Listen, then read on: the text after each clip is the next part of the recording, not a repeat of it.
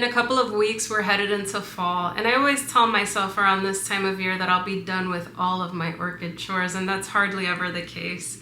In today's video, I'm going to share how I'm preparing my orchids as we head into fall, and what I'm going to be looking out for as I finish up my summer chores. So let's get right into it. The summer is such a good time if you have tropical plants. The temperatures make them grow pretty quickly. A lot of them bloom, a lot of them have vegetative growth. It's a great time to repot, and it's really a big time when they're in active growth. But now that the temperatures are starting to cool a little bit here in New York, I'm starting to look ahead and think about what I gotta get done right now. I'm starting to think about lighting for anything on my windowsills. I'm starting to think about the temperatures changing. So if you have an outdoor collection, that's something you have to start thinking about, as if you live in a climate where you can't have them outdoors year round, where you're gonna put them, how the lighting situation is gonna be, so that's very important. If you have orchids outdoors and you're bringing them indoors, it's also a really good time to check for pests. I do the same with my indoor collection as well. I like to flush everything every season, but I don't just run water through the pots, I run water through the leaves. Because in the summer, and in drier conditions indoors, we tend to get a lot of spider mites. I like to start every season with squeaky clean plants, no dust, reduce the spider mite. They're always somehow there, especially on the dendrobiums, but I always try to get ahead of it before it's a problem. And I find that the seasonal transition is a really good time. If you grow outdoors, that's especially important. You don't want to bring in thrips or scale or mealybugs or anything from outside, so that's even more important if you're bringing anything from the outside inside.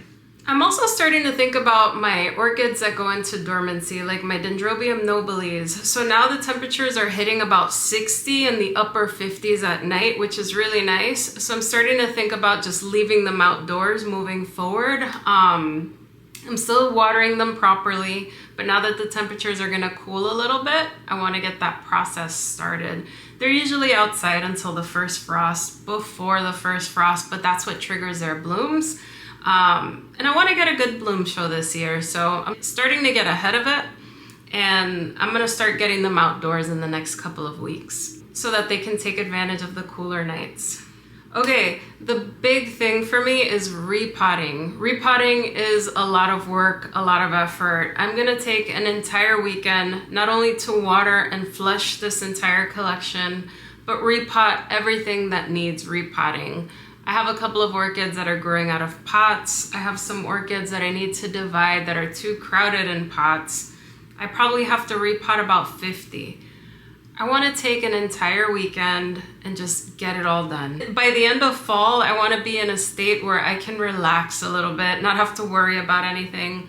And end of summer is a really good time to get it done. I don't want to wait until the temperatures cool, till the roots slow down. You can absolutely repot in the fall and winter, provided you have active roots.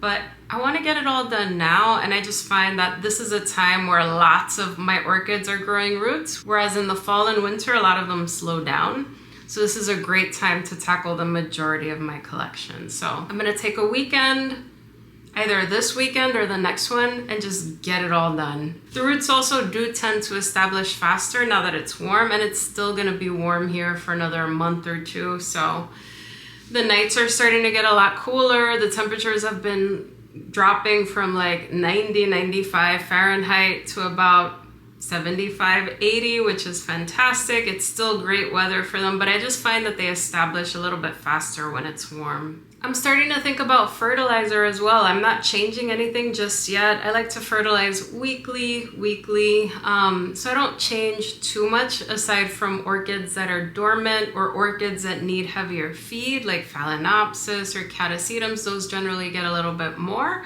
But I'm starting to think about anything that needs to be reduced, and for anything that requires like a rest or less fertilizer, I'm starting to think about, as I'm flushing them, maybe creating a section for orchids that I want to give less fertilizer to as we head into cooler temperatures, like the dendrobiums, like the catasetums.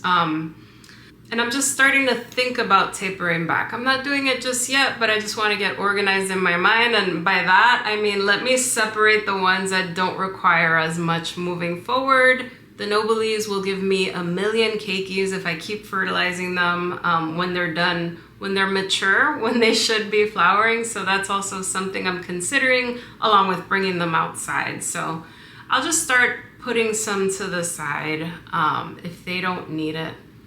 Just making a mental note before it starts getting cooler.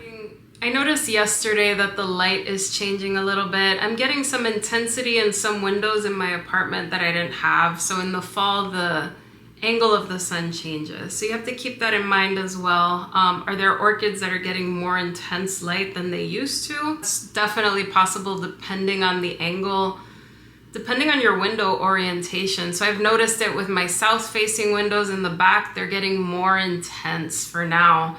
And the window before never got that much light. So keep an eye on the intensity of the light, the angle. It starts changing. Many times you're gonna get less light. In some cases you might get more depending on the angle of the sun, especially like a southern or a western facing exposure. For me, I notice I get a little bit more light, but I'm starting to think about that.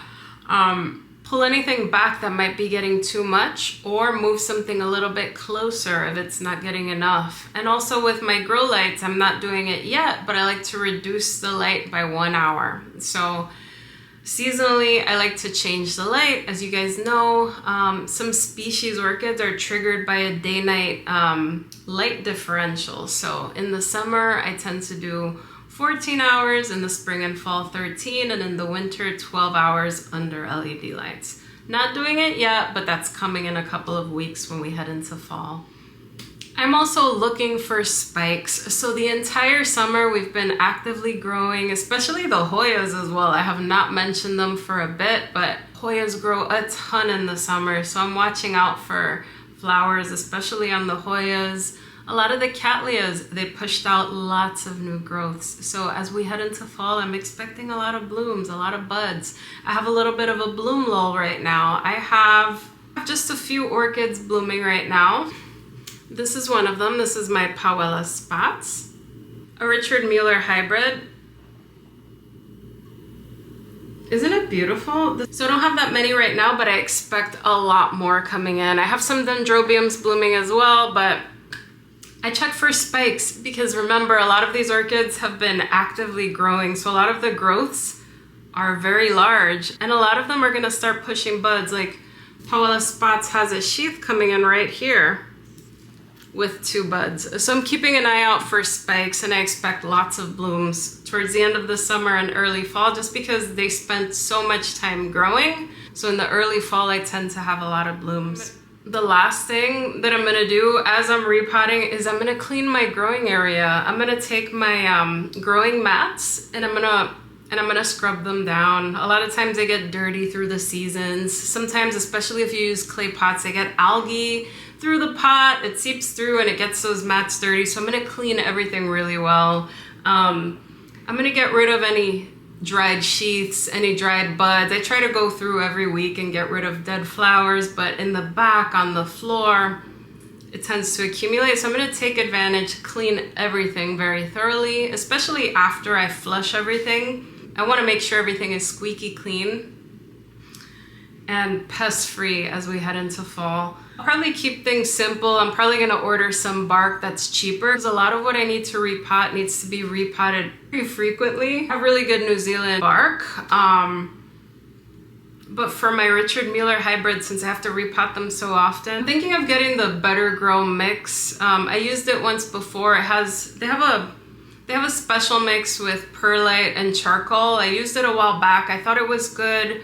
It's not the highest quality, but it's cheap and it gets the job done. So I'm gonna go ahead and use that. I still have lots of sphagnum moss that I got 2 years ago. I bought a massive box in bulk from Sunset Valley Orchids. They have amazing New Zealand kiwi bark as well. But the shipping cost can be pretty high since it's such a large amount. So I'm probably just gonna get some cheap bark, chip away and get after it. I just need to get a couple of larger pots. I usually get 6-inch white pots. Pretty simple, but I'm gonna order some 7 and 8-inch pots in case I can up pot them without disturbing some root systems. Wish me luck. As we head into fall, I will probably be done with my chores finally, but this is probably the busiest time for me since I always kind of procrastinate, wait till the end, but it's still a really good time to get all these chores done before we get those cooler temperatures. Let me know how you guys are preparing. How are the temperatures by you? Are you starting to bring your orchids in? Are you starting to take your orchids out? Those of you in Australia who watch me probably have the opposite situation going on as you're heading into your spring, so let me know how that's going. Thank you guys so much for watching, and I look forward to seeing you in the next video. Bye everyone.